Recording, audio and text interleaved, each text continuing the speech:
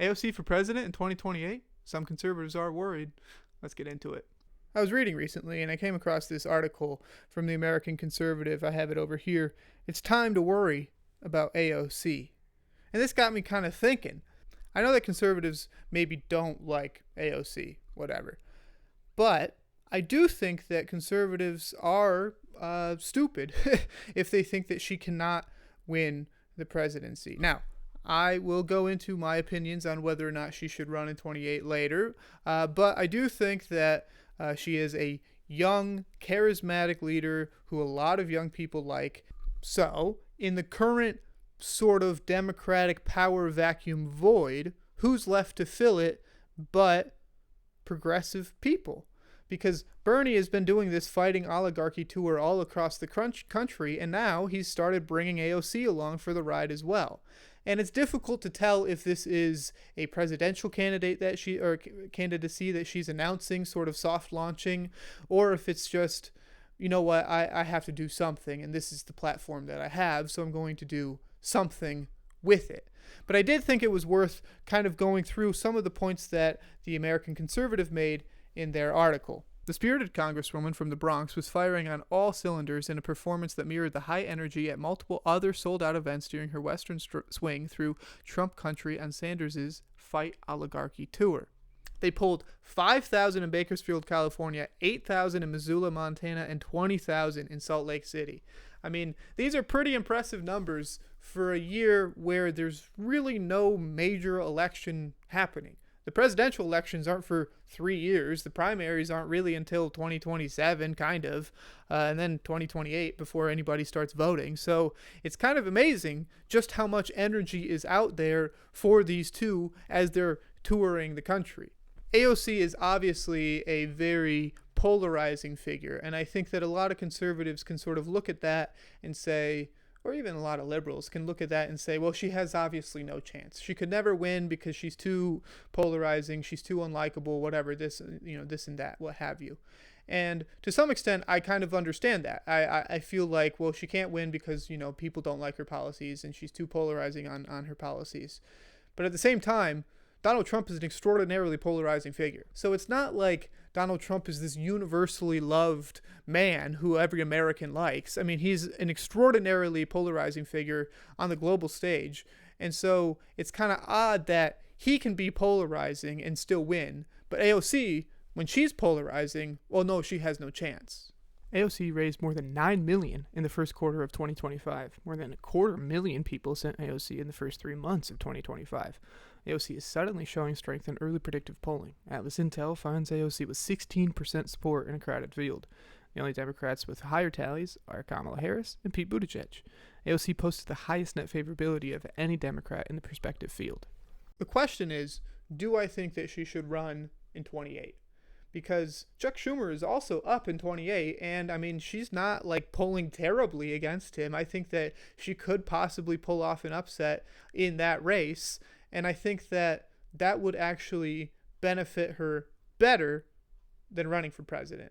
It's not like a secret at the moment that Chuck Schumer is this unlikable person, especially in like Democratic circles. People are extraordinarily frustrated with the way that he has so far handled the Trump regime and the sort of onslaught of attacks on the federal government that we've been facing. He capitulated extraordinarily quickly in March of 25 when he just decides, you know what, actually screw it. We're just going to pass the Republican budget. And it was like, what are you doing? What are you doing? Stop! Stop! And because of that, I think that AOC is in a strong position to make a run at him, to make a primary challenge that is obviously going to get a lot of national attention, and I think that she could probably win. And I think that that would genuinely be a better idea for her in 2028 than running for president would be. The big reason why I think that is because I think that on a national stage, she has this image, largely because of the way that like sort of the mainstream media covers her. I think that she has this image of being a provocateur, somebody who's very polarizing, somebody who gets a lot of media attention just generally. And so I think that people might think, oh, she's not like serious about like the policy issues. She's not serious as like a leader or something. And I think that there's a little bit of, well, maybe not a little bit, a lot of bit of misogyny that she's going to have to overcome in that regard as well. But I think that running for Senate could really sort of put her as this, like, I can use institutional power and I know how to wield it. I know how to operate within the sort of halls of power. Obviously, she's been in Congress for a while now. I mean, she won in 2018, I think, for the first time, right? So it's not like she hasn't won races prior to this. She's been doing this for a little while now. I just think that for the national audience, if you were to just be a senator who, you know, you can use the power of the Senate. And this is one of the areas where I get really frustrated. I think that people and politicians generally tend to think that the presidency is like the ultimate goal, that is as powerful as you can be in the country. And I think that one of the people that has helped me personally sort of forego some of that, like presidency is the ultimate like power or whatever, is Mitch McConnell. Mitch McConnell is a terrible person. I do not like Mitch McConnell at all. I despise him as a person and as a politician. I think his ideas and policies are terrible. But I think that he understood that being in the Senate does also allow you a lot of power. That being in the majority, the Senate majority leader or minority leader, you have a lot of power.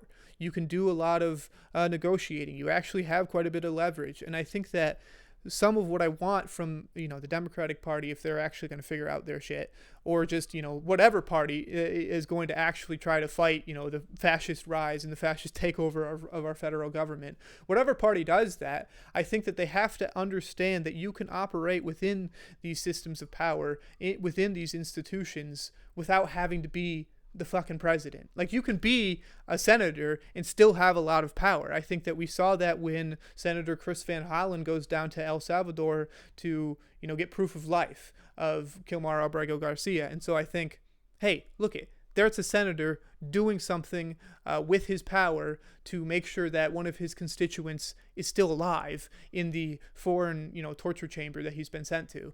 I know that AOC and her staff are going to look at a lot of data. I know that she's going to have a lot of advisors in her ear. I understand all of that. My point is just, on the national stage, if you have this image of being a sort of provocateur, very radical or whatever, then maybe going to the Senate, wielding some of that more institutional power at a high end, and sort of being able to talk about, well, here are the policy achievements that I've been able to notch, right? And I think that if she's really involved in the next Democratic administration, if it's not her administration, I think that if she's really involved in that administration, either in the Senate or just directly involved, if she were to be, you know, appointed to some position, though I do think she would be better served in the Senate. And I certainly think that she's probably the best candidate out of New York at the moment in terms of like name recognition against Chuck Schumer, if she does want to run against him. All of that is just to say that I think that AOC does have a chance in 2028 if she does run for president. I think that that primary is going to be extremely heated. I'm interested to kind of see I guess, what is the breakdown of the progressive candidates versus the more centrist candidates? Because as we're seeing, Democrats are getting pretty fed up with the centrism. I think that people are pretty tired of it. And I'm one of them. I am one of them. I'm not a Democrat, but I am tired of the Democrats doing their centrist bullshit time in and time again, because it just does not work. And so maybe one day they'll finally learn that it doesn't work, but today and pretty much every day is not that day. I'll be interested to see the breakdown of the more progressive candidates versus the more centrist, sort of, you know, center-left candidates. And she's got to be up there in terms of like the most recognition in terms of, you know, name-wise and face-wise for the progressive side of that. There's going to be a lot of centrists, though. That's just what I can already predict that, right? Gavin Newsom wants to run. I imagine Cory Booker wants to run. I imagine Whitmer wants to run. I imagine, you know, probably a bunch of other centrists want to run. Again, Mayor Pete probably wants to do it again. I think that there's going to be plenty of centrists. I don't know how many progressives there are going to be. And the smaller the field is in terms of how many progressives there are, maybe the more media attention she can get for that sort of collection of voters, right? And really get a groundswell of support around her. I don't know. That primary is going to be very difficult and very tough. And I question if maybe it would just be easier, quite honestly, to run a primary against one person. Because the Democratic primary, you're going to be having to run against, I don't know, at least like 4 or 5 other mainstream high quality candidates. And I just don't know if you want to do that right now, because you're going to have to burn a lot of political capital. You're going to have to burn a lot of just like your personal energy. And that's a lot.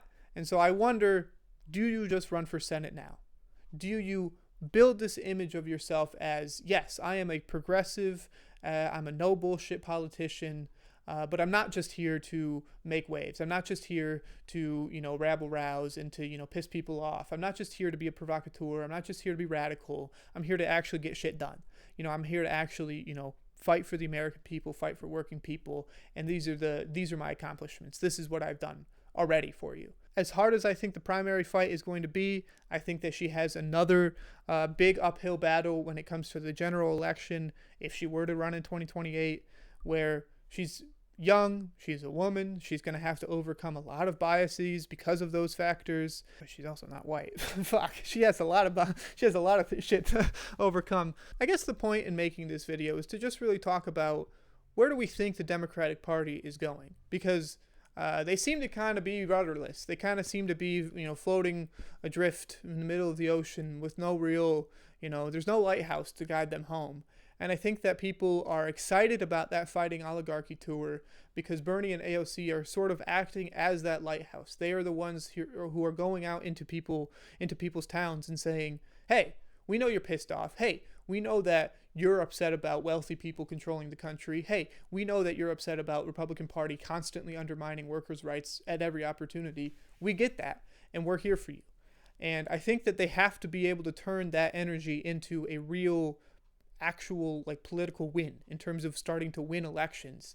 And I just think it would be a hell of a lot easier. I'm not saying it would be easy. I just think it would be easier for AOC to run for Senate in 2028. And then perhaps she looks at, a run in 2032 if the Democrats lose, or, a run in 2036 if they end up winning. Why am I making this video? I don't know. I think that she would be a fun candidate to follow. But yeah, I mean, it's just sort of fun to think about. And I certainly do also enjoy the conservatives sweating over it a little bit. So that's kind of fun. But that's all I got for you. AOC for president? Well, I don't know. Maybe.